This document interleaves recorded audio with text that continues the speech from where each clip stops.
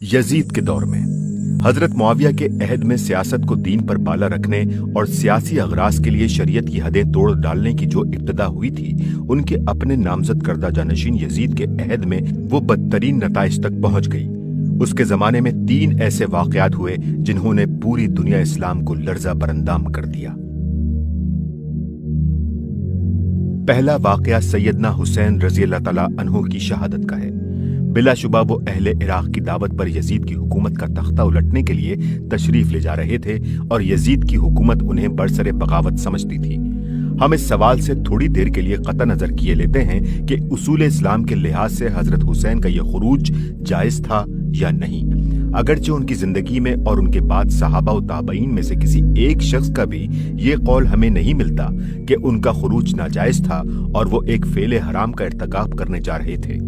सहाबा में से जिसने भी उनको निकलने से रोका था वो इस बिना पर था कि तदबीर के लिहाज से ये इक़दाम नामुनासिब है। ताहम इस मामले में यजीद की हुकूमत का नुक्ता नजर ही सही मान लिया जाए तब भी ये तो अमर वाक़या है कि वो कोई फौज लेकर नहीं जा रहे थे, बल्कि उनके साथ उनके बाल बच्चे थे और सिर्फ 32 सवार और 40 प्यादे। इसे कोई शख्स भी फौजी चढ़ाई नहीं कह सकता। उनके मुकाबले में उमर बिन साद बिन अबी वक्कास के तहत जो फौज कूफे से भेजी गई थी उसकी तादाद 4000 थी। कोई जरूरत ना थी कि इतनी बड़ी फौज इस छोटी सी जमीयत से जंग ही करती और वो उसे कत्ल कर डालती। वो उसे महसूर करके बासानी गिरफ्तार कर सकती थी। फिर हजरत हुसैन ने आखिर वक्त में जो कुछ कहा था वो ये था कि या तो मुझे वापस जाने दो या किसी सरहद की तरफ निकल जाने दो या मुझको यजीद के पास ले चलो। लेकिन इनमें से कोई बात भी न मानी गई और इसरार किया गया कि आपको उबैदुल्लाह बिन ज़ियाद यानी कूफे के गवर्नर ही के पास चलना होगा। हजरत हुसैन अपने आप को इब्ने ज़ियाद के हवाले करने के लिए तैयार न थे, क्योंकि मुस्लिम बिन अकील के साथ जो कुछ वो कर चुका था वो उन्हें मालूम था। आखिरकार उनसे जंग की गई। जब उनके सारे साथी शहीद हो चुके थे और वो मैदान जंग में तन्हा रह गए थे, उस वक्त भी उन पर हमला करना ही जरूरी समझा गया और जब वो जख्मी होकर गिर पड़े थे उस वक्त उनको ज़बाह किया गया। फिर उनके जिस्म पर जो कुछ था वो लूटा गया, हत्ता कि उनकी लाश पर से कपड़े तक उतार लिए गए, उस पर घोड़े दौड़ाकर उसे रोंदा गया। इसके बाद उनकी क़यामगाह को लूटा गया और खवातीन के जिस्म पर से चादरें तक उतार ली गईं। उनके बाद उन समेत तमाम शुहदाए करबला के सर काट कर कूफा ले जाए गए और इब्ने ज़ियाद ने ना सिर्फ बरसरे आम उनकी नुमाइश की, फिर ये सारे सर यजीद के पास दमिश्क भेजे गए और उसने भरे दरबार में उनकी नुमाइश की। फर्ज कीजिए कि हजरत हुसैन यजीद के नुक्ता नजर के मुताबिक बरसरे बगावत ही थे, तब भी क्या इस्लाम में हुकूमत के खिलाफ खुरूज करने वालों के लिए कोई कानून न था? फिक़ा की तमाम मबसूत किताबों में यह कानून लिखा हुआ मौजूद है। मिसाल के तौर पर सिर्फ हिदाया और उसकी शरह फतुल कदीर बाबुल बुगा में उसको देखा जा सकता है। इस कानून के लिहाज से देखा जाए तो वो सारी कार्रवाई जो मैदान करबला से लेकर कूफे और दमिश्क के दरबारों तक की गई, इसका एक एक जुज़ कतन हराम और सख्त जुल्म था। दमिश्क के दरबार में जो कुछ यजीद ने किया और कहा उसके मुताल्लिक रिवायात मुख्तलिफ हैं, लेकिन इन सब रिवायतों को छोड़कर हम यही रिवायत सही मान लेते हैं कि वो हजरत हुसैन और उनके साथियों के सर देखकर आपदीदा हो गया और उसने कहा कि मैं हुसैन के कत्ल के बगैर भी तुम लोगों की ताअत से राजी था। अल्लाह की लानत हो इब्ने ज़ियाद पर। खुदा की कसम अगर मैं वहां होता तो हुसैन को माफ कर देता। और ये कि खुदा की कसम ए हुसैन, मैं तुम्हारे मुकाबले में होता तो तुम्हें कत्ल न करता। फिर भी ये सवाल लाजमन पैदा होता है कि इस जुल्म अजीम पर उसने अपने सर फिरे गवर्नर को क्या सजा दी। हाफिज इब्ने कसीर कहते हैं कि उसने इब्ने ज़ियाद को ना कोई सजा दी, ना उसे माजूल किया, ना उसे मलामत ही का कोई खत लिखा। इस्लाम तो खैर बदरजहा बुलंद चीज है। यजीद में अगर इंसानी शराफत की भी कोई रमक होती तो वो सोचता कि फतह मक्का के बाद रसूलुल्लाह सल्लल्लाहु अलैहि वसल्लम ने उसके पूरे खानदान पर क्या एहसान किया था और उसकी हुकूमत ने उनके नवासे के साथ क्या सलूक किया। इसके बाद दूसरा सख्त अलमनाक वाकया जंग हर्रा का था, जो 63 हिजरी के आखिर और खुद यजीद की जिंदगी के आखिरी अय्याम में पेश आया। इस वाक़े की मुख्तसर रुदाद ये है कि अहले मदीना ने यजीद को फासिक व फाजिर और जालिम करार देकर उसके खिलाफ बगावत कर दी। उसके आमिल को शहर से निकाल दिया और अब्दुल्ला बिन हंजला को अपना सरबराह बना लिया। यजीद को ये इत्तला पहुंची तो उसने मुस्लिम बिन अकबा अलमरी को, जिसे सल्फ़े सालेहीन मुसर्रफ बिन अकबा कहते हैं, 12,000 फौज देकर मदीने पर चढ़ाई के लिए भेज दिया और उसे हुक्म दिया कि 3 दिन तक अहले शहर को अतात कबूल करने की दावत देते रहना, फिर अगर वो ना माने तो उनसे जंग करना और जब फतह पालो तो 3 दिन के लिए मदीने को फौज पर मुबाह कर देना। इस हिदायत पर यह फौज गई, जंग हुई, मदीना फतह हुआ और उसके बाद यजीद के हुक्म के मुताबिक 3 दिन के लिए फौज को इजाजत दे दी गई कि शहर में जो कुछ चाहे करे। उन 3 दिनों में शहर के अंदर हर तरफ लूटमार की गई। शहर के बाशिंदों का कत्लेआम किया गया, जिसमें इमाम ज़हरी की रिवायत के मुताबिक 700 मुअज़्ज़िज़ीन और 10,000 के करीब अवाम मारे गए। और गजब यह है कि वहशी फौजियों ने घरों में घुस घुस कर बेदरेग औरतों की असमत दरी की। हाफिज इब्ने कसीर कहते हैं, कहा जाता है कि उन दिनों 1000 औरतें जना से हमला हुई। बिलफर्ज अहले मदीना की बगावत नाजायज ही थी, मगर क्या किसी बागी मुसलमान आबादी बल्कि गैर मुस्लिम बागियों और हरबी काफिरों के साथ भी इस्लामी कानून की रूह से ये सुलूक जायज था?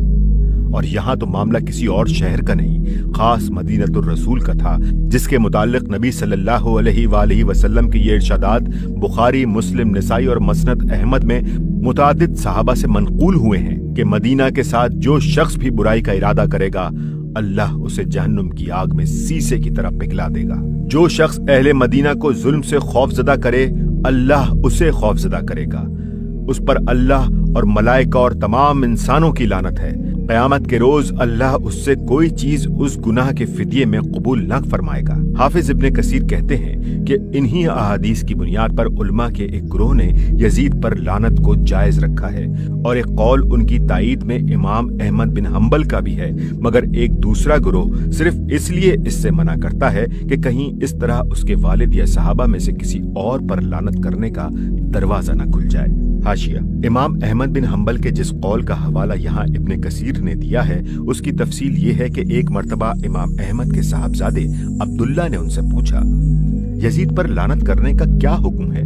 उन्होंने जवाब दिया, मैं कैसे उस शख्स पर लानत ना करूं जिस पर खुदा ने लानत की है। और इसके सबूत में उन्होंने ये आयत पढ़ी, फहल असैतुम इन तवल्लैतुम अन तुफसिदू फिल अर्दि व तुक़त्तिऊ अरहामकुम उलाइका अल्लज़ीना लअनहुमुल्लाह। सूरह मोहम्मद आयत 22 और 23। फिर तुमसे इसके सिवा और क्या तवक्को की जा सकती है कि अगर तुम फरमा रवा हो गए तो जमीन में फसाद बर्पा करोगे और कता रहमी करोगे। ऐसे ही लोग वो हैं जिन पर अल्लाह ने लानत की है। ये आयत पढ़कर इमाम ने फरमाया, इससे बड़ा फसाद और इससे बड़ी कता रहमी और क्या होगी जिसका इर्तिकाब यजीद ने किया। इमाम अहमद के इस कौल को मोहम्मद बिन अब्दुल रसूल अल बरजंजी ने अल अशात फिल इशरात अल सहाब में और इब्ने हजीर अल हैतमी ने अल सवाइक अल मरहका में नकल किया है, मगर अल्लामा सफारीनी और इमाम इब्ने तैमिया कहते हैं कि ज्यादा मोतबर रिवायात की रूह से इमाम अहमद यजीद पर लानत करने को पसंद नहीं करते। उलमाए अहले सुन्नत में से जो लोग जवाज़ लानत के कायल हैं, उनमें इब्ने जौजी, काजी अबू याली, अल्लामा तफ्ताजानी और अल्लामा जलालुद्दीन सयूती नुमाया हैं। और अदम जवाज के कायलीन में नुमाया तरीन बुजुर्ग इमाम गजाली और इमाम इब्ने तैमिया हैं। मेरा अपना मिलान इस तरफ है कि सिफात मलूना के हामिलीन पर जामा तरीके से तो लानत की जा सकती है।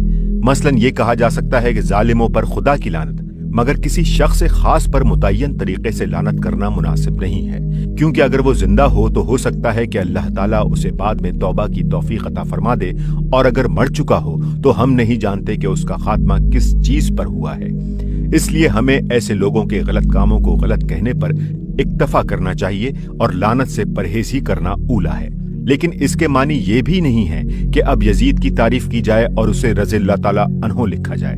हजरत उमर बिन अब्दुल अजीज की मजलिस में एक मर्तबा एक शख्स ने यजीद का जिक्र करते हुए अमीरुल मोमिनीन यजीद के अल्फाज इस्तेमाल किए तो सख्त नाराज होकर उन्होंने फरमाया, तू यजीद को अमीरुल मोमिनीन कहता है, और उसे 20 कोड़े लगवाए। तहजीबुल तहजीब।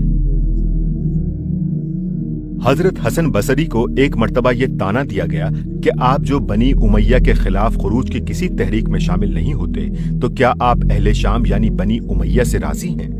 जवाब में उन्होंने फरमाया, मैं और अहले शाम से राजी हूं, खुदा उनका नाश करे, क्या ये वही नहीं है जिन्होंने रसूल अल्लाह सल्लल्लाहु अलैहि वाली वसल्लम के हरम को हलाल कर लिया और 3 दिन तक उसके बाशिंदों का कत्लेआम करते फिरे, अपने नब्ती और कुब्ती सिपाहियों को उनमें से कुछ कर गुजरने की छूट दे दी और वो शरीयत दीनदार खवातीन पर हमले करते रहे और किसी हुर्मत की हतक करने से ना रुके, फिर बैतुल्लाह पर चढ़ दौड़े, उस पर संगबारी की और उसको आग लगाई, उन पर खुदा की लानत हो और वह बुरा अंजाम देखें। तीसरा वाकया वही है जिसका हजरत हसन बसरी रहमतुल्लाह अलैह ने आखिर में जिक्र किया है। मदीने से फारिग होने के बाद वही फौज जिसने रसूलुल्लाह सल्लल्लाहु अलैहि वसल्लम के हरम में ये उधम मचाया था, हजरत इब्ने जुबैर से लड़ने के लिए मक्के पर हमला आवर हुई और उसने मंजनीकें लगाकर खाना काबा पर संगबारी की, जिससे काबे की एक दीवार शिकस्ता हो गई। अगरचे रिवायात ये भी हैं कि उन्होंने काबे पर आग भी बरसाई थी, लेकिन आग लगने के कुछ दूसरे वजूह भी बयान किए जाते हैं। अलबत्ता संगबारी का वाकया मुत्तफिक अलैह है। इन वाकयात ने ये बात बिल्कुल वाज़े कर दी कि ये हुक्मरान अपने इख्तिदार और उसके बकाओ तहफ़्फ़ुज़ को हर चीज पर मुकद्दम रखते थे और उसके लिए उन्हें किसी हद को फान जाने और बड़ी से बड़ी हुर्मत को तोड़ डालने में भी बाक न था। दौलत बनी मरवान में इसके बाद मरवान और उसकी औलाद का दौरे हुकूमत आया और उसमें दीन से सियासत की आज़ादी बल्कि सियासत पर दीन के अहकाम और हुदूद की कुर्बानी इंतहा को पहुंच गई। अब्दुल मलक बिन मरवान अगरचे बड़े दर्जे के फुक़हा में से था, बादशाह से पहले उसे मदीने में हजरत सईद बिन अल मुसय्यब, उर्वा बिन जुबैर और कबीदा बिन ज़ोयब के मर्तबे का फ़क़ीह समझा जाता था और यजीद के ज़माने में उसने काबे पर संगबारी के खिलाफ सख्त नाराज़गी का इजहार किया था। मगर जब वो खुद खलीफा हुआ तो उसने हजरत अब्दुल्ला बिन जुबैर के खिलाफ जंग के लिए हज्जाज बिन यूसुफ को मक्का भेज दिया। इस जालिम ने ऐन हज के जमाने में मक्का मौज़मा पर चढ़ाई की, जबकि जमाने जाहिलियत में कुफ्फार और मुशरिकीन भी जंग से हाथ रोक लेते थे। कोहे अबू कबीस पर मंजनीक़ें लगाकर खाना काबा पर संगबारी की। हजरत अब्दुल्ला बिन उमर के सख्त इसरार पर यह संगबारी सिर्फ इतनी देर के लिए रोकी गई कि बाहर से आए हुए हज्जाज तवाफ और सही कर लें, लेकिन ना उस साल के हज में मक्का के लोग मिना और अरफात जा सके और ना खुद हज्जाज की फौज के लोग तवाफ और सही कर सके। बाहर से आने वालों ने जब तवाफ़े ज़ियारत कर लिया तो हज्जाज ने ऐलान किया कि सब हाजी निकल जाएं और असर नौ संगबारी शुरू कर दी। फिर फतह के बाद जो कुछ अब्दुल्ला बिन जुबैर, अब्दुल्ला बिन सफ़वान और अम्मारा बिन हज़म के सरों और उनकी लाशों के साथ किया गया, उसका जिक्र हम पहले कर चुके हैं। अब्दुल मलिक और उसके बेटे वलीद के जमाने की सबसे बड़ी लानत हुज्जाज की गवर्नरी थी, जिसे 20 साल तक जुल्म और सितम की खुली छूट मिली रही। अगरचे कोई इंसान भी दुनिया में मुजस्सम शर नहीं होता और हज्जाज बिन यूसुफ भी खैर से बिल्कुल खाली ना था। कुरान पर आराब लगवाना उसकी वो नेकी है जिसकी तारीफ रहती दुनिया तक की जाएगी। सिंध की फतह भी उसी के कारनामों में से है जिसकी बदौलत आज इस सरजमीन में अल्लाह का नाम लेने वाले पाए जाते हैं। मगर किसी शख्स की सारी नेकियां भी एक मोमिन के कत्ले नाहक की हमवजन नहीं हो सकती, कुजा के वो जुल्म सितम जिसका इर्तिकाब उसने अपने तवील दौरे हुकूमत में किया। मशहूर इमाम क़िरत आसिम बिन अबी अल नजूद कहते हैं कि अल्लाह की हुर्मतों में से कोई हुर्मत ऐसी नहीं रह गई जिसका इर्तिकाब उस शख्स ने ना किया हो। हजरत उमर बिन अब्दुल अजीज कहते हैं कि अगर दुनिया की तमाम फौजें खबासत का मुकाबला करें और अपने अपने सारे खबीस ले आएं तो हम तन्हा हज्जाज को पेश करके उन पर बाजी ले जा सकते हैं। हजरत अब्दुल्ला बिन मसूद को वो सरदार मुनाफिकीन कहता था। उसका कौल था कि अगर इब्ने मसूद मुझे मिल जाते तो मैं उनके खून से जमीन की प्यास बुझाता। उसने ऐलान किया था कि इब्ने मसूद की क़िरत पर कोई शख्स कुरान पढ़ेगा तो मैं उसकी गर्दन मार दूंगा और मुसहफ में से उसकी क़िरत को अगर सूअर की हड्डी से भी छीलना पड़े तो छील दूंगा। उसने हजरत अनस बिन मालिक और हजरत सहल बिन साद साइदी जैसे बुजुर्गों को गालियां दी और उनकी गर्दनों पर मोहरें लगाईं। उसने हजरत अब्दुल्ला बिन उमर को कत्ल की धमकी दी। वो एलानिया कहता था कि अगर मैं लोगों को मस्जिद के एक दरवाजे से निकलने का हुक्म दूं और वो दूसरे दरवाजे से निकलें तो मेरे लिए उनका खून हलाल है। उसके जमाने में जो लोग कैद की हालत में किसी अदालती फैसले के बगैर कत्ल किए गए, सिर्फ उनकी तादाद 1,20,000 बताई जाती है। तो उसके कैद खानों में 80,000 बेकसूर इंसान किसी मुकदमे और किसी अदालती फैसले के बगैर सड़ रहे थे। और ये जालिम गवर्नर था जिसके हक में अब्दुल मलिक ने औलाद को मरते वक्त वसीयत की कि हज्जाज बिन यूसुफ का हमेशा लिहाज करते रहना, क्योंकि वही है जिसने हमारे लिए सल्तनत हमवार की, दुश्मनों को मगलूब किया और हमारे खिलाफ उठने वालों को दबा दिया। ये वसीयत उस ज़हनियत की पूरी नुमाइंदगी करती है जिसके साथ ये लोग हुकूमत कर रहे थे। ان کی نگاہ میں اصل اہمیت ان کے اپنے اقتدار کی تھی۔ اس کا قیام و استحکام جس ذریعے سے بھی ہو ان کے نزدیک مستحسن تھا، قطع نظر اس سے کہ شریعت کی تمام حدیں اس کی خاطر توڑ ڈالی جائیں۔ یہ ظلم و ستم اس حد کو پہنچ گیا تھا کہ ولید بن عبد الملک کے زمانے میں ایک مرتبہ حضرت عمر بن عبدالعزیز چیخ اٹھے کہ عراق میں حجاج، شام میں ولید، مصر میں قرہ بن شریک، مدینہ میں عثمان بن حیان، مکہ میں خالد بن عبداللہ القصری، خداوندہ تیری دنیا ظلم سے بھر گئی ہے، اب لوگوں کو راحت دے۔ سیاسی ظلم کے علاوہ یہ لوگ عام دینی معاملات میں بھی بڑی حد تک انحراف پسند ہو گئے تھے۔ نمازوں میں غیر معمولی تاخیر ان کا معمول تھا۔ جمعے کا پہلا خطبہ بیٹھ کر دیتے تھے۔ عیدین میں نماز سے پہلے خطبہ دینے کا طریقہ مروان نے اختیار کیا اور اس کے خاندان کے لیے یہ مستقل سنت بن گیا۔ عمر بن عبدالعزیز کا مبارک دور۔ بنی امیہ کی حکومت کے پورے 92 سالہ دور میں حضرت عمر بن عبدالعزیز کی خلافت کے 2.5 سال تاریکی میں روشنی کی حیثیت رکھتے ہیں۔ ان کی زندگی کا رخ جس واقعے نے بدلا وہ یہ تھا کہ 93 ہجری میں جبکہ وہ مدینہ کے گورنر تھے، ولید بن عبد الملک کے حکم سے حضرت عبداللہ بن زبیر کے صاحبزادے خبیب کو 50 کوڑے لگوائے گئے۔ پھر سردی کے موسم میں ان کے سر پر ٹھنڈے پانی کی مشق چھوڑ دی گئی۔ پھر ان کو دن بھر مسجد نبوی کے دروازے پر کھڑا رکھا گیا۔ آخرکار اسی وجہ سے ان کا انتقال ہو گیا۔ یہ ایک صریح ظلم تھا اور ایک قطعاً غیر شرعی سزا تھی جس کا ارتکاب گورنر کی حیثیت میں عمر بن عبدالعزیز کو کرنا پڑا، مگر اس کے بعد انہوں نے گورنری سے استعفیٰ دے دیا اور ان پر سخت رنج اور خوف خدا مسلط ہو گیا۔ 99 ہجری میں جب سلیمان بن عبد الملک کی خفیہ وصیت کی بنا پر وہ خلیفہ بنائے گئے تو انہوں نے پھر ایک مرتبہ دنیا کے سامنے خلافت اور بادشاہی کا فرق نمایاں کر کے رکھ دیا۔ بیعت کی پہلی تقریر جو انہوں نے کی اس کے الفاظ یہ ہیں: میں اس حکومت کی آزمائش میں ڈال دیا گیا ہوں بغیر اس کے کہ میں نے اسے طلب کیا ہوتا یا مجھ سے اس معاملے میں رائے لی گئی ہوتی یا مسلمانوں سے مشورہ لیا گیا ہوتا۔ تمہاری گردنوں میں میری بیعت کا جو قلادہ ہے اسے میں اتارے دیتا ہوں، اب تم لوگ خود جسے چاہو اپنے معاملات کا سربراہ بنا لو۔ مجمع نے بیک آواز کہا کہ ہم آپ ہی کو پسند کرتے ہیں، آپ کی حکومت پر ہم سب راضی ہیں۔ تب انہوں نے خلافت قبول کی اور فرمایا: در حقیقت اس امت میں کوئی اختلاف اپنے رب اور اپنے نبی اور اپنے دین کی کتاب کے بارے میں نہیں ہے، بلکہ دینار و درہم کے معاملے میں ہے۔ خدا کی قسم میں کسی کو نہ باطل طریقے سے دوں گا نہ کسی کا جائز حق روکوں گا۔ لوگو، جو اللہ کی اطاعت کرے اس کی اطاعت واجب ہے اور جو اللہ کی اطاعت نہ کرے اس کے لیے کوئی اطاعت نہیں۔ جب تک میں اللہ کا مطیع رہوں میری اطاعت کرو، اور جب میں اللہ کا نافرمان ہو جاؤں تو میری اطاعت ہرگز تم پر لازم نہیں ہے۔ اس کے بعد انہوں نے یکلخت وہ تمام شاہانہ طور طریقے ختم کر دیے جو ان کے آباء و اجداد نے اختیار کر رکھے تھے، اور وہ طرز زندگی اختیار کیا جو خلفائے راشدین کے طرز سے مشابہ تھا۔ پھر وہ تمام جائیدادیں واپس کی جو خود ان کو ناجائز طریقے سے وراثت میں ملی تھی، حتیٰ کہ اپنے بیوی کے زیورات اور جواہر وغیرہ بھی بیت المال میں داخل کر دیے، اور 40,000 دینار سالانہ کی جائیداد میں سے صرف 400 دینار سالانہ کی جائیداد اپنے پاس رہنے دی جو جائز طور پر ان کی ملکیت تھی۔ اس طرح سب سے پہلے خود اپنا حساب خدا اور امت سے صاف کرنے کے بعد انہوں نے اعلان کیا کہ شاہی خاندان اور اس کے عمرہ میں سے جس کے خلاف بھی کسی کا دعویٰ ہو وہ اپنی شکایت پیش کرے، اور جس نے بھی ثابت کر دیا کہ کوئی چیز اس سے غصب کی گئی تھی اس کا حق اسے واپس دلوایا۔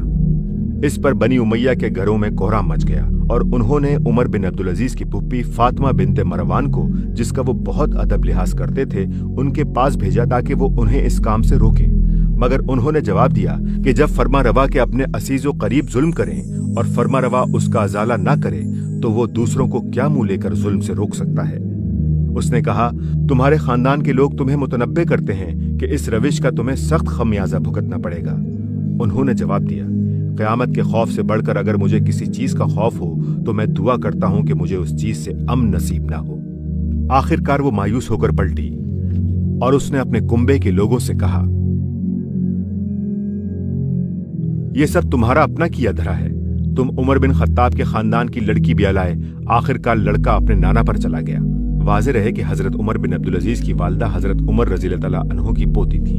ان کے احساس ذمہ داری کا یہ حال تھا کہ اپنے پیشرو سلیمان بن عبد الملک کو دفن کر کے جب پلٹے تو بڑے غمگین دکھائی دے رہے تھے کہ بادشاہی ملنے پر خوش ہونے کے بجائے الٹے رنجیدہ ہیں۔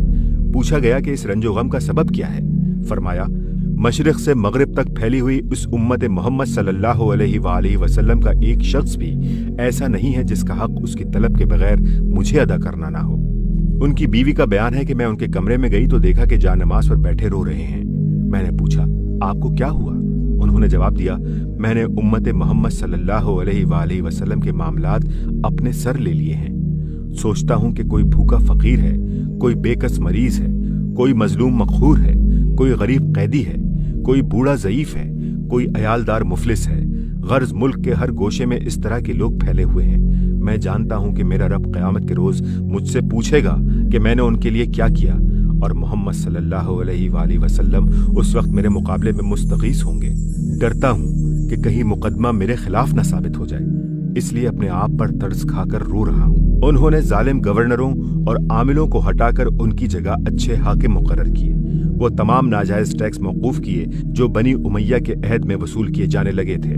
मुसलमान हो जाने वालों पर जुजिया लगाने का तरीका बंद कर दिया और अपने हुक्काम को सख्त ताकीदी अहकाम भेजे कि किसी मुसलमान या जिम्मी को कानून के खिलाफ कोड़े न लगाए जाएं और किसी को कत्ल या हाथ काटने की सजा मुझसे पूछे बगैर न दी जाए।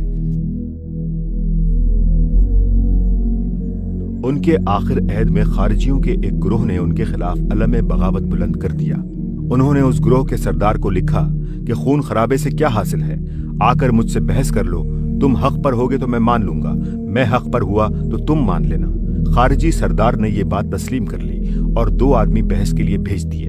उन दोनों ने कहा, हम मानते हैं कि आपका तरीका आपके अहले खानदान से मुख्तलिफ है और उनके अमाल को आप मजालिम से ताबीर करते हैं, मगर ये क्या बात है कि जब वो जलालत पर थे तो आप उन पर लानत नहीं करते। हजरत उमर बिन अब्दुल अजीज ने जवाब दिया, क्या उनकी मुजम्मत के लिए ये काफी नहीं है कि मैं उनके अमाल को मजालिम कहता हूँ? इसके बाद आखिर लानत करना ही क्यों जरूरी है?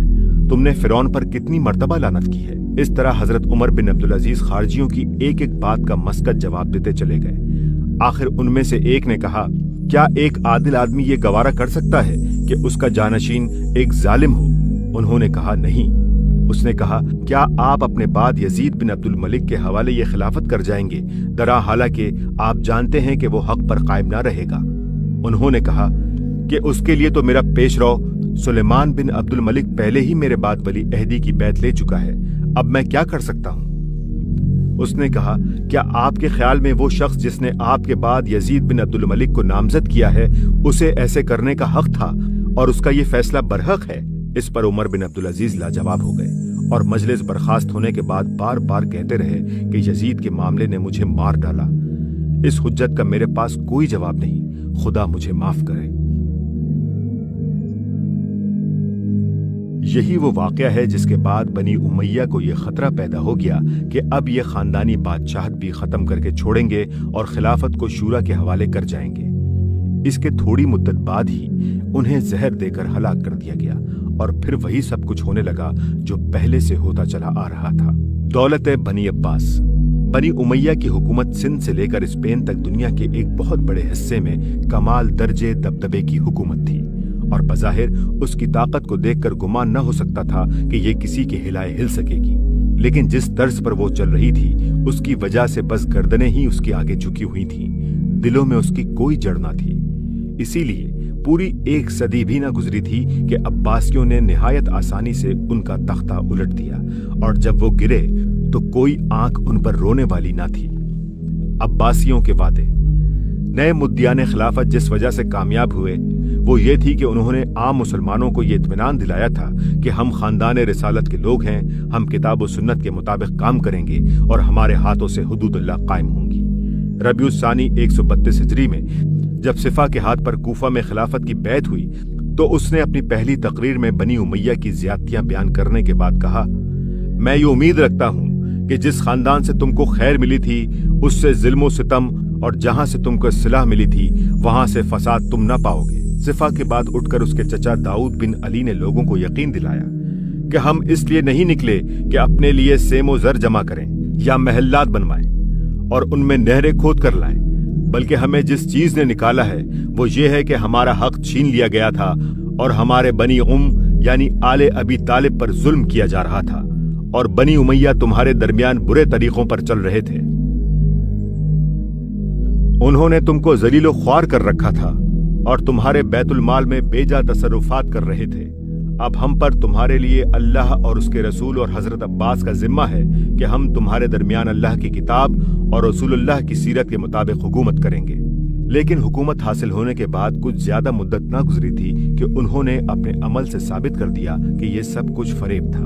उनका अमल, बनी उमैया के दारुल सल्तनत को फतह करके अब्बासी फौजों ने वहां कत्लेआम किया, जिसमें 50,000 आदमी मारे गए। 70 दिन तक जामिया बनी उमैया घोड़ों का अस्तबल बनी रही। हजरत मुआविया समेत तमाम बनी उमैया की कब्रें खोद डाली गईं। हश्शाम बिन अब्दुल मलिक की लाश कब्र में सही सलामत मिल गई तो उसको कोड़ों से पीटा गया। चंद रोज तक उसे मंजर आम पर लटकाए रखा गया और फिर जलाकर उसकी राख उड़ा दी गई। बनी उमैया का बच्चा बच्चा कत्ल किया गया और उनकी तड़पती हुई लाशों पर फर्श बिछाकर खाना खाया गया। बसरे में बनी उमैया को कत्ल करके उनकी लाशें टांगों से पकड़कर खींची गईं और उन्हें सड़कों पर डाल दिया गया, जहां कुत्ते उन्हें भंबोड़ते रहे। यही कुछ मक्का और मदीना में भी उनके साथ किया गया। सिफा के खिलाफ मूसल में बगावत हुई तो उसने अपने भाई याह्या को उसकी सरकोबी के लिए भेजा। याह्या ने ऐलान किया कि जो शहर की जामा मस्जिद में दाखिल हो जाएगा उसके लिए अमान है। लोग हजारों की तादाद में वहां जमा हो गए। फिर मस्जिद के दरवाजों पर पहरा लगाकर इन अमान याफ्ता पनाह गजीनों का कत्लेआम किया गया और 11,000 आदमी मार डाले गए। रात को याह्या ने उन औरतों की आहो बका का शोर सुना जिनके मर्द मारे गए थे। उसने हुक्म दिया कि कल औरतों और बच्चों की बारी है। इस तरह 3 दिन मूसल में कत्लो गारत का बाजार गर्म रहा, जिसमें औरत, मर्द, बच्चा, बूढ़ा कोई माफ न किया गया। याह्या की फौज में 4,000 जंगी थे। वो मूसल की औरतों पर टूट पड़े और जना बिल जबर का तूफान बर्पा कर दिया। एक औरत ने याह्या के घोड़े की लगाम पकड़कर उसे शर्म दिलाई कि तुम बनी हाशिम में से हो और रसूलुल्लाह सल्लल्लाहु अलैहि वसल्लम के चचा की औलाद हो। तुम्हें शर्म नहीं आती कि तुम्हारे जंगी सिपाही अरब मुसलमान औरतों की आबरू रेजी करते फिर रहे हैं। याह्या को गैरत आ गई। उसने अपनी फौज के जंगी सिपाहियों को तनख्वाहों और इनामात का लालच देकर जमा किया और सबको कत्ल करा दिया। यजीद बिन उमर बिन हबीरा को सफा ने अपने हाथों से अमान नामा लिख कर दिया और फिर अहदो पैमान की सरी खिलाफ वर्जी करके उसे कत्ल करा दिया। खरासान के मशहूर फकीह इब्राहिम बिन मैमून अल साने ने अब्बासियों के इस वादे पर कि वो किताब व सुन्नत के मुताबिक हुदूदुल्लाह कायम करेंगे भरोसा करके उनकी दावत के लिए सरगर्मी के साथ काम किया था और इनकलाब की कामयाबी तक वो अबू मुस्लिम खरासानी के दस्ते रास्त बने रहे थे। मगर कामयाबी के बाद जब उन्होंने अबू मुस्लिम से हुदूदुल्लाह के क़याम का मुतालबा किया और किताब व सुन्नत के खिलाफ काम करने पर टोका तो अबू मुस्लिम ने उनको सजाए मौत दी। मंसूर के जमाने में अब्बासियों के इस दावे की कली भी खुल गई कि वो आले अबी तालिब पर बनी उमैया के मजालिम का बदला लेने उठे थे। जिस जमाने में मोहम्मद बिन अब्दुल्ला नफ्स जकिया और उनके भाई इब्राहिम रुपोश थे और मंसूर उनकी तलाश में सरगर्म था, उसने उनके पूरे खानदान और उनके रिश्तेदारों को सिर्फ इस कसूर में गिरफ्तार कर लिया कि वो उनका पता नहीं दे रहे थे। उनकी सारी जायदाद जब्त करके नीलाम की गई। उनको बेड़ियों और तोक़ जंजीर में मुक़य्यद करके मदीने से इराक ले जाया गया। जेल में उन पर सख्त मजालिम किए गए। मोहम्मद बिन इब्राहिम बिन अल हसन को दीवार में जिंदा चुनवा दिया गया। इब्राहिम बिन अब्दुल्ला के खुसर को नंगा करके 150 कोड़े लगाए गए। फिर कत्ल करके उनका सर खुरासान में गश्त कराया गया और चंद आदमी उसके साथ अवाम के सामने ये शहादत देते फिरे कि ये नफ्स जकिया का सर है। कुछ मुद्दत बाद जब नफ्स जकिया मदीने में शहीद हुए तो उनका सर काट कर शहर शहर फिराया गया और उनकी और उनके साथियों की लाशें 3 दिन तक मदीने में बरसरे आम लटकाई गईं। फिर कोहे सला के करीब उन्हें मकाबरे यहूद में फेंक दिया गया।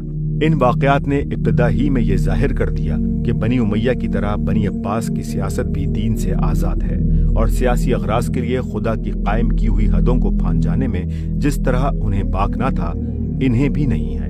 उनके हाथों में जो इनकलाब हुआ उससे सिर्फ हुक्मरान ही बदले, तर्ज हुकूमत ना बदला।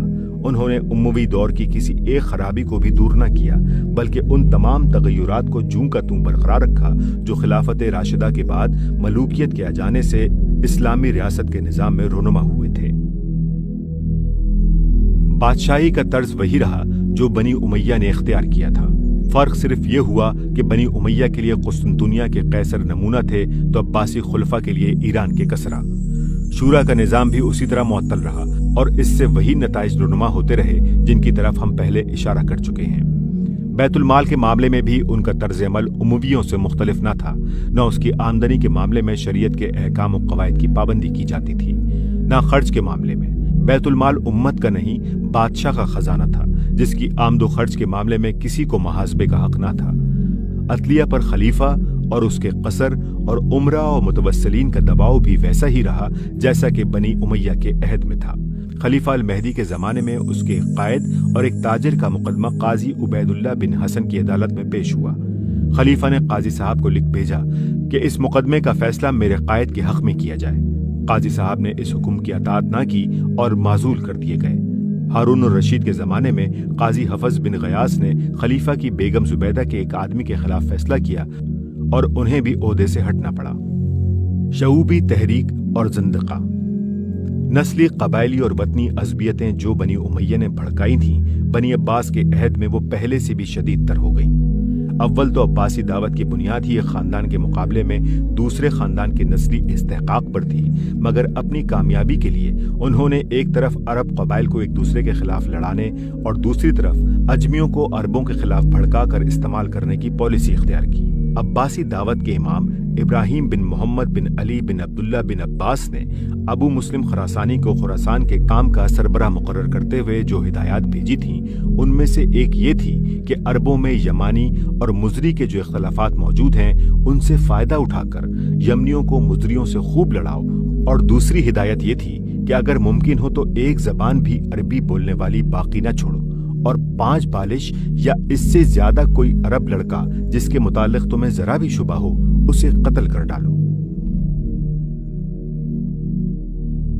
اس طرز عمل کا نتیجہ یہ ہوا کہ بنی امیہ کے دور میں ان کے عربی تعصب کی وجہ سے اجمی قوم پرستی یعنی شعوبیت کی جو آگ اندر ہی اندر سلگ رہی تھی، بنی عباس کے زمانے میں وہ پوری قوت کے ساتھ بھڑک اٹھی، اور اس نے صرف عربی عصبیت ہی کے خلاف نہیں بلکہ خود اسلام کے خلاف بھی زندقے کا ایک محاذ اٹھا کھڑا کیا۔ اہل عجم میں نسلی فخر و غرور کا جذبہ پہلے ہی موجود تھا، خصوصاً عربوں کو تو وہ اپنے مقابلے میں نہایت حقیر سمجھتے تھے۔ اسلامی فتوحات کے دور میں جب وہ ریگستان عرب کے شتربانوں سے مغلوب ہوئے تو اول انہیں اپنی ذلت کا سخت احساس ہوا، مگر اسلام کے اصول انصاف و مساوات اور صحابہ و تابعین اور علماء فقہائے امت کے دیندارانہ طرز عمل نے نہ صرف یہ کہ ان کے اس زخم پر مرہم رکھ دیا بلکہ انہیں عالمگیر امت مسلمہ کے اندر کامل معاشرتی مساوات کے ساتھ جذب کرنا شروع کر دیا۔ اس کی پشت پر اگر حکومت کی انتظامی پالیسی بھی انہی اصولوں کے مطابق ہوتی تو کبھی کسی غیر عرب قوم کے اندر اپنی علیحدگی کا احساس اور قوم پرستی کا جذبہ پیدا نہ ہو سکتا۔ لیکن پہلے بنی امیہ کی سخت عربی عصبیت نے، جس کا ذکر ہم کر چکے ہیں، ان کے ساتھ ذلت کا برتاؤ کر کے ان میں جوابی تعصب پیدا کیا، اور پھر عباسیوں نے اسے اپنی سیاسی اغراض کے لیے استعمال کر کے ابھرنے اور چھا جانے کا موقع دے دیا۔ اہل عجم نے اسی امید پر عباسی دعوت کا ساتھ دیا تھا کہ ہماری تلواروں کے بل پر جب نئی سلطنت قائم ہوگی تو اس پر ہم چھائے رہیں گے اور عربی اقتدار کا خاتمہ کر دیں گے۔ ان کی یہ توقع ٹھیک تھی اور وہ پوری ہوئی۔ الجاحظ کہتا ہے کہ دولت عباسیہ ایک خراسانی حکومت بن کر رہ گئی۔ منصور کے زمانہ خلافت میں سپہ سالاری اور گورنری کے اکثر و بیشتر مناصب پر اجمی مقرر کیے گئے اور عربوں کی بالادستی ختم ہو کر رہ گئی۔ الجیشیاری نے تاریخ الوزراء میں منصور کے اعمال کی جو تفصیلات دی ہیں ان میں سب اجمی ہی اجمی نظر آتے ہیں۔ ان اجمیوں نے سیاسی قوت حاصل کر کے شعوبیت کی تحریک زور و شور سے اٹھائی، جو اپنی حقیقت کے اعتبار سے محض قوم پرستانہ تحریک ہی نہ تھی بلکہ اپنے جلوہ میں زندقہ و الحاد اور اباہیت کے جراثیم بھی ساتھ ساتھ لے آئی تھی۔ اس شعوبی تحریک کا آغاز تو اس بحث سے ہوا تھا کہ عربوں کو اجمیوں پر کوئی فضیلت حاصل نہیں ہے، لیکن بہت جلدی اس نے عربوں کی مخالفت کا رنگ اختیار کر لیا اور عرب کی مذمت میں، حتیٰ کہ قریش سمیت ان میں سے ایک ایک قبیلے کی مذمت میں کتابیں لکھی جانے لگیں، جن کا تفصیلی ذکر ابن ندیم کی الفہرست میں ہمیں ملتا ہے۔ معتدل قسم کے شعوبی تو اس سے آگے نہ بڑھتے تھے، مگر اس گروہ کے انتہا پسند لوگ عربوں سے گزر کر خود اسلام پر حملے کرنے لگے، اور اجمی امراء وزراء کتاب یعنی سیکریٹریز اور فوجی قائدین نے درپردہ ان کی ہمت افزائی کی۔ الجاحظ کہتا ہے کہ بہت سے لوگ جن کے دلوں میں اسلام کے خلاف شکوک پائے جاتے ہیں، ان کے اندر یہ بیماری شعوبیت کی راہ سے آئی ہے۔ وہ اسلام سے اس لیے بیزار ہیں کہ عرب اس دین کو لائے تھے۔ ان لوگوں نے مانی، زردشت اور مزدک کے مذاہب و عقائد کو زندہ کرنا شروع کر دیا۔ انہوں نے اجمی تہذیب और निज़ाम सियासत और मुल्कदारी के फजाइल बयान करने शुरू किए। उन्होंने शेर व अदब के पर्दे में फिस्क व फुजूर और अखलाकी बेक़ैदी की तबलीग शुरू की, दीन और उसके हुदूद का मजाक उड़ाया, शराब और शाहिद की तरफ दावत दी, ज़ुहद और तक़वा पर फप्तियां कसी, आखिरत और जन्नत और दोज़ख की बातें करने वालों को तज़हीक का निशाना बनाया और उनमें से बाज़ ने झूठी हदीसें घड़ घड़ कर फैलाईं ताकि मुसलमानों का दीन खराब करें। चनाचा एक ज़ंदीक इब्ने अबी अल ओजा जब गिरफ्तार किया गया तो उसने एतराफ़ किया कि मैंने 4000 ऐसी हदीसें गढ़ी हैं जिनमें हराम को हलाल और हलाल को हराम किया है और अहकाम इस्लामी में रद्दो बदल कर डाला है। मंसूर के ज़माने में कूफे के गवर्नर मोहम्मद बिन सुलेमान बिन अली ने उसको मौत की सज़ा दी। एक और शख्स यूनुस बिन अबी फरवा ने इस्लाम और अरब की मुजम्मत में एक किताब लिखकर कैसर रूम के दरबार में पेश की और उस पर इनाम पाया। अल-जहाज अपने रसाइल में अजमी कातिबों यानी हुकूमत के सेक्रेटरियों की एक कसीर तादाद का हाल ये बताता है कि ये लोग कुरान की तरतीब पर तान करते हैं और कहते हैं कि इसमें तनाकुज़ है, अहादीस को झुटलाते हैं और उनकी सेहत में शकूक पैदा करते हैं। सहाबा के महासिन का एतराफ़ करते हुए उनकी ज़बान रुकती है। काजी शरी और हसन बसरी और अल-शाबी का जिक्र आता है तो उन पर यह एतराज़ात की बौछार करते हैं, मगर उर्द शेर बाबकान और नौशरवान का जिक्र करते हुए उनकी सियासत और उनके तदब्बुर की तारीफ में ये रतबुल लिसान हो जाते हैं। अबुल अला अल-मारी इस अहद के बड़े बड़े नामवर अजमियों के मुतालिक कहता है कि वो सब जिंदीक थे, मसलन देबिल, बशार बिन बुरुद, अबू नवास, अबू मुस्लिम खरासानी वगैरह। और ये जिंदगा सिर्फ एतकादी गुमराहियों तक ही महदूद न था, बल्कि अमलन अखलाकी हुदूद से आज़ादी उसके साथ लाजिम व मलजूम की तरह थी। इब्ने अब्दरबा कहता है कि अवाम में ये बात मालूम व मारूफ थी कि शराब, जना और रिश्वत जिंदगी के लवाजिम और उसकी खुली अलामात हैं। ये फितना खलीफा मंसूर अब्बासी के अहद में पूरी तरह सर उठा चुका था। इससे मुसलमानों में सिर्फ एतकादी और अखलाकी फसाद ही फैलने का खतरा न था, बल्कि सियासी और इज्तिमाई हैसियत से ये मुस्लिम माशरे और रियासत को भी पारा पारा कर देने वाला था। मंसूर का जानशीन अल-मेहदी अपने खानदान की सियासी पॉलिसी के ये खौफनाक नताइज देखकर घबरा उठा और उसने न सिर्फ ताकत से इस तहरीक को मिटाने की कोशिश की, बल्कि उलमा के गुरोह को इस काम पर मामूर भी किया कि ज़नातक़ा से बहस करें और उनके रद में किताबें लिखकर उन शकूक को दिमागों से निकालें जो ये लोग इस्लाम के खिलाफ अवाम में फैला रहे थे। उसकी हुकूमत में एक मुस्तकिल महकमा उमर अल-कवाजी के तहत कायम कर दिया गया, जिसका ये काम था कि जिंदगा का इस्तेहसाल और ज़नातक़ा की सरकोबी करे। अपने बेटे अल-हादी को उसने जो हिदायत दी थी उनसे अंदाजा होता है कि वो जिंदगी के खतरात किस शिद्दत से महसूस कर रहा था। उसने कहा, अगर ये हुकूमत मेरे बाद तेरे हाथ में आई तो मानी के पैरुओं को इस्तेहसाल करने में कोई दकीका न उठा रखना। ये लोग पहले तो अवाम को ज़ाहिरी भलाइयों की तरफ दावत देते हैं, मसलन फवाहिश से इज्तनाब, दुनिया में जुहद और आखिरत के लिए अमल। फिर उन्हें ये तलकीन करते हैं कि गोश्त हराम है, पानी को हाथ न लगाना चाहिए यानी गुस्ल न करना चाहिए और किसी किस्म के जानवर को हलाक न करना चाहिए। फिर उन्हें दो खुदाओं के एतकाद की तरफ ले जाते हैं। आखिरकार बहनों और बेटियों से निकाह और पेशाब से गुस्ल तक हलाल कर देते हैं और बच्चों को चुराते हैं ताकि उन्हें जलालत पर परवरिश करें। अल-मेहदी का यह बयान साफ जाहिर करता है कि उस जमाने में अजमी ज़नादिक़ा बज़ाहिर मुसलमान बनकर बबातिन अपने कदीम मज़ाहिब की तजदीद के लिए कोशा थे। अल-मसूदी के बयान के मुताबिक ये दावत उन तराजिम की बदौलत फैल रही थी जो मंसूर के अहद में पहलवी और फारसी जबान से हुए थे और इब्ने अबी अल-ओजा, हम्माद अजरद, याह्या बिन ज़याद, मती बिन इयाज़ जैसे लोगों की तसनीफ इस जहर को फैला रही थी। उम्मत का रद्द अमल ये है मुख्तसर रुदाद उन तगय्युरात की जो खिलाफत राशिदा की जगह मलूकियत के आ जाने से रोनमा हुए। इससे अंदाजा होता है कि उम्मत और उसकी राय को नजरअंदाज करके किसी शख्स, खानदान या ग्रोह का अपने इख्तिदार के लिए कोशा होना और जबरदस्ती उसे कायम करना क्या नताइज पैदा करता है। इस गलती की इब्तिदा करते वक्त चाहे उसे ये शऊर भी न हो कि उसका इक़दाम ये नताइज पैदा करेगा और उसकी नीयत हरगिज ये ना हो कि ये नताइज उससे बरामद हों, लेकिन बहरहाल ये उसके फितरी नताइज हैं जो रोनमा होकर रहते हैं। लेकिन ये ख्याल करना सख्त गलत होगा कि इन सियासी तगय्युरात ने सिरे से इस्लामी निज़ाम ज़िंदगी ही का खात्मा कर दिया। बाज लोग बड़े सतही अंदाज में तारीख का मुताला करके बेतकल्लुफ ये फैसला कर डालते हैं कि इस्लाम तो बस 30 साल चला और फिर खत्म हो गया, हालांकि असल सूरत हाल इससे बिल्कुल मुख्तलिफ है। आगे की चंद सतूर में हम इख्तिसार के साथ ये बताते हैं कि उम्मत मुस्लिमा को जब इस सियासी इनकलाब से साबका पेश आया तो उसके इज्तिमाई शऊर ने किस तरह अपने निज़ाम ज़िंदगी को संभालने के लिए एक दूसरी सूरत इख्तियार कर ली। क़यादत की तक़सीम। اس سے پہلے ہم یہ بیان کر چکے ہیں کہ خلافت راشدہ کی اصل خوبی یہ تھی کہ وہ رسول اللہ صلی اللہ علیہ وآلہ وسلم کی مکمل نیابت تھی۔ خلیفہ راشد محض راشد یا راست رو ہی نہ ہوتا تھا بلکہ مرشد یا رہنما بھی ہوتا تھا۔ اس کا کام محض مملکت کا نظم و نسق چلانا اور فوجیں لڑانا نہ تھا بلکہ اللہ کے پورے دین کو مجموعی طور پر قائم کرنا تھا۔ اس کی ذات میں ایک ہی مرکزی قیادت تھی جو سیاسی حیثیت سے مسلمانوں کی سربراہی بھی کرتی تھی اور عقیدہ و مذہب، اخلاق و روحانیت، قانون و شریعت، تہذیب و تمدن، تعلیم و تربیت اور دعوت و تبلیغ کے تمام معاملات میں ان کی امامت و رہبری کے فرائض بھی انجام دیتی تھی۔ جس طرح اسلام ہر پہلو کا جامع ہے اسی طرح یہ قیادت بھی ہر پہلو کی جامع تھی اور مسلمان پورے اعتماد کے ساتھ اپنی اجتماعی زندگی اس کی رہنمائی میں بسر کر رہے تھے۔ اس خلافت کی جگہ جب ملوکیت آئی تو نہ وہ اس جامع قیادت کی اہل تھی نہ مسلمان ایک دن کے لیے بھی اس کو یہ حیثیت دینے کے لیے تیار ہوئے۔ بادشاہوں کے جو کارنامے ہم اس سے پہلے بیان کرائے ہیں ان کے بعد ظاہر ہے کہ ان کا کوئی اخلاقی وقار قوم میں قائم نہ رہ سکتا تھا۔ وہ گردنیں زبردستی جھکا سکتے تھے اور وہ انہوں نے جھکا لی۔ وہ ہزاروں لاکھوں آدمیوں کو خوف و طمع کے ہتھیاروں سے اپنی اغراض کا خادم بھی بنا سکتے تھے اور انہوں نے بنا لیا، مگر وہ دل نہیں جیت سکتے تھے کہ لوگ ان کو اپنے دین کا امام بھی مان لیتے۔ یہ نئی صورتحال پیدا ہوتے ہی مسلمانوں کی قیادت دو حصوں میں تقسیم ہو گئی۔ سیاسی قیادت، ایک حصہ سیاسی قیادت کا تھا جسے طاقت سے بادشاہوں نے حاصل کر لیا تھا، اور چونکہ اسے نہ طاقت کے بغیر ہٹایا جا سکتا تھا نہ سیاسی قیادت بلا طاقت ممکن ہی تھی، اس لیے امت نے بادل نخواستہ اسے قبول کر لیا۔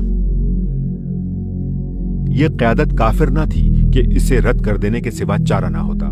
اس کے چلانے والے مسلمان تھے جو اسلام اور اس کے قانون کو مانتے تھے۔ کتاب اللہ و سنت رسول اللہ کے حجت ہونے کا انہوں نے کبھی انکار نہ کیا تھا۔ عام معاملات ان کی حکومت میں شریعت ہی کے مطابق انجام پاتے تھے، صرف ان کی سیاست دین کی تابع نہ تھی اور اس کی خاطر وہ اسلام کے اصول حکمرانی سے ہٹ گئے تھے۔ اس لیے امت نے ان کی سیاسی قیادت اس حد تک قبول کر لی کہ ان کے تحت مملکت کا انتظام چلتا رہے، امن و امان قائم رہے، سرحدوں کی حفاظت ہوتی رہے، اعدائے دین سے جہاد ہوتا رہے، جمعہ و جماعت اور حج قائم ہوتا رہے اور عدالتوں کے ذریعے سے اسلامی قوانین کا اجرا برقرار رہے۔ ان مقاصد کے لیے صحابہ اور تابعین اور تبع تابعین نے اگر اس قیادت کی بیعت کی تو وہ اس معنی میں نہ تھی کہ وہ انہی بادشاہوں کو امام برحق اور ان کی خلافت کو خلافت راشدہ و مرشدہ مانتے تھے، بلکہ وہ صرف اس معنی میں تھی کہ وہ اس امر واقعی کو تسلیم کرتے تھے کہ اب امت کی سیاسی قیادت کے مالک یہی لوگ ہیں۔ دینی قیادت، دوسرا حصہ دینی قیادت کا تھا جسے بقایا صحابہ، تابعین و تبع تابعین، فقہا اور محدثین اور صلحائے امت نے آگے بڑھ کر سنبھال لیا اور امت نے اپنے دین کے معاملے میں پورے اطمینان کے ساتھ ان کی امامت تسلیم کر لی۔ یہ قیادت اگرچہ منظم نہ تھی، اگرچہ اس کا کوئی ایک امام نہ تھا جسے سب نے اپنا مرشد مان لیا ہو، اگرچہ اس کی کوئی بااختیار کونسل نہ تھی کہ جو دینی مسائل پیدا ہوں ان کے بارے میں بر وقت وہ ایک فیصلہ صادر کر دے اور وہ پوری مملکت میں مان لیا جائے۔ یہ سب لوگ اپنی انفرادی حیثیت میں الگ الگ کام کر رہے تھے اور ان متفرق افراد کے پاس اخلاقی اثر و وقار کے سوا کوئی طاقت نہ تھی۔ لیکن چونکہ یہ سب ایک ہی چشمہ ہدایت کتاب اللہ و سنت رسول اللہ سے فیضیاب تھے اور نیک نیتی کے ساتھ دینی رہنمائی کر رہے تھے، اس لیے جزیات میں مختلف الرائے ہونے کے باوجود مجموعی طور پر ان کا مزاج ایک ہی تھا اور دنیا اسلام کے گوشے گوشے میں پراگندہ ہونے کے باوجود ان کا پورا گروہ مسلمانوں کو ایک ہی فکری و اخلاقی قیادت فراہم کر رہا تھا۔ دونوں قیادتوں کا باہمی تعلق، ان دونوں قسم کی قیادتوں میں تعاون کم اور تضاد یا کم از کم عدم تعاون زیادہ رہا۔ سیاسی قیادت نے دینی قیادت کو اس کے فرائض انجام دینے میں بہت کم مدد دی اور جتنی مدد وہ دے سکتی تھی دینی قیادت نے اس سے بھی کم اسے قبول کیا، کیونکہ اس مدد کے بدلے میں جو قیمت اسے سیاسی قیادت کو ادا کرنی پڑتی اسے ادا کرنے کے لیے اس کا ایمان و ضمیر تیار نہ تھا۔ پھر خود امت کا حال بھی یہ تھا کہ دینی قیادت کے لوگوں میں سے جو بھی سلاطین کے قریب گیا اور جس نے بھی کوئی منصب یا وظیفہ ان سے قبول کر لیا وہ مشکل ہی سے قوم میں اپنا اعتماد برقرار رکھ سکا۔ سلاطین سے بے نیازی اور ان کے قہر و غضب کے مقابلے میں ثابت قدمی مسلمانوں کے اندر دینی قیادت کی اہلیت کا معیار بن گئی تھی۔ اس معیار سے ہٹ کر کوئی اللہ کا بندہ چلا تو قوم بڑی کڑی نگاہوں سے اس کا جائزہ لیتی رہی اور اس کی بزرگی کو اس نے صرف اس وقت تسلیم کیا جب سلطان کے قریب جا کر بھی اس نے دین کے معاملے میں کوئی مصالحت نہ کی۔ عام مسلمان تو درکنار، خود وہ لوگ بھی جو سیاسی قیادت کے ہاتھ بک چکے تھے اس بات کو برداشت کرنے کے لیے تیار نہ تھے کہ دین کا امام و پیشوا کسی ایسے شخص کو مان لے جو انہی کی طرح بک جانے والا ہو یا طاقت سے دب کر احکام دین میں تحریف کرنے لگے۔ اس طرح پہلی صدی ہجری کے وسط سے ہی دینی قیادت کا راستہ سیاسی قیادت کے راستے سے الگ ہو چکا تھا۔ حاشیہ: اس مقام پر تاریخ کے طالب علموں کے لیے یہ بات سمجھ لینا مفید ہوگا کہ تیسری صدی ہجری میں جب عباسی خلافت پر زوال آنا شروع ہوا تو دینی قیادت تو بدستور علماء، فقہاء اور اخیار امت کے ہاتھ میں رہی، مگر سیاسی قیادت دو حصوں میں بٹتی چلی گئی، یہاں تک کہ آخرکار عملاً اس قیادت کے مالک وہ امراء اور سلاطین بن گئے جن کے ہاتھ میں بالفعل حکومت کی باغیں آ گئی تھیں، اور عباسی خلفاء صرف سیاسی سجادہ نشین بن کر رہ گئے جنہیں نہ دینی قیادت حاصل تھی نہ سیاسی قیادت، صرف ایک نمائشی مذہبی تقدس تھا جو خلافت کے نام کی وجہ سے ان کو حاصل تھا۔ اسی کی بنا پر وہ سلاطین کی دستار بندی کرتے تھے اور سلاطین ان کا خطبہ و سکہ چلاتے تھے۔ علماء امت نے تفسیر، حدیث، فقہ اور دوسرے علوم دینیہ کی تدوین اور درس و افتاء کا جتنا کام کیا، حکومت سے آزاد رہ کر اس کی مدد کے بغیر، بلکہ بارہا اس کی مزاحمت کے باوجود اور اس کی بیجا مداخلتوں کا سخت مقابلہ کرتے ہوئے کیا۔ صلحائے امت نے مسلمانوں کے ذہن اور ان کے اخلاق و کردار کی تربیت و تہذیب کے لیے جو کام کیا وہ بھی سیاسی قیادت سے پوری طرح غیر متاثر رہا، اور اسلام کی اشاعت بھی زیادہ تر انہی بزرگوں کی بدولت ہوئی۔ سلاطین نے زیادہ تر صرف یہ خدمت انجام دی کہ ممالک فتح کر کے کروڑوں انسانوں کو اسلام کے دائرۂ اثر میں لے آئے۔ اس کے بعد ان کروڑوں انسانوں کا دائرۂ ایمان میں داخل ہو جانا بادشاہوں کی سیاست کا نہیں بلکہ صالحین امت کے پاکیزہ کردار کا کرشمہ تھا، اسلام کا اصل منشا۔ لیکن یہ ظاہر ہے کہ اسلام کا منشا قیادت کی اس تقسیم سے پورا نہیں ہوتا۔ سیاسی قیادت سے الگ ہو کر دینی قیادت نے اسلامی اقدار کے تحفظ کے لیے جو بیش بہا خدمات انجام دیں وہ بلا شبہ نہایت قابل قدر ہیں۔ آج یہ انہی خدمات کا نتیجہ ہے کہ دنیا میں اسلام زندہ ہے اور امت مسلمہ اپنے دین کو اس کے صحیح خد و خال میں دیکھ رہی ہے۔ مگر اسلام کا ٹھیک منشا تو اسی صورت میں پورا ہو سکتا ہے جبکہ اس امت کو ایک ایسی قیادت میسر ہو جو خلافت راشدہ کی طرح بیک وقت دینی قیادت بھی ہو اور سیاسی قیادت بھی، جس کا سیاسی اقتدار اپنے تمام ذرائع و وسائل سے نہ صرف دین کے مقاصد کی تکمیل میں صرف کرے بلکہ اس اقتدار کا اصل مقصد دین ہی کے مقاصد کی تکمیل ہو۔ یہ صورتحال اگر 1.5-2 صدی بھی باقی رہ گئی ہوتی تو شاید دنیا میں کفر باقی نہ رہتا، یا اگر رہ بھی جاتا تو کبھی سر اٹھانے کے قابل نہ ہوتا۔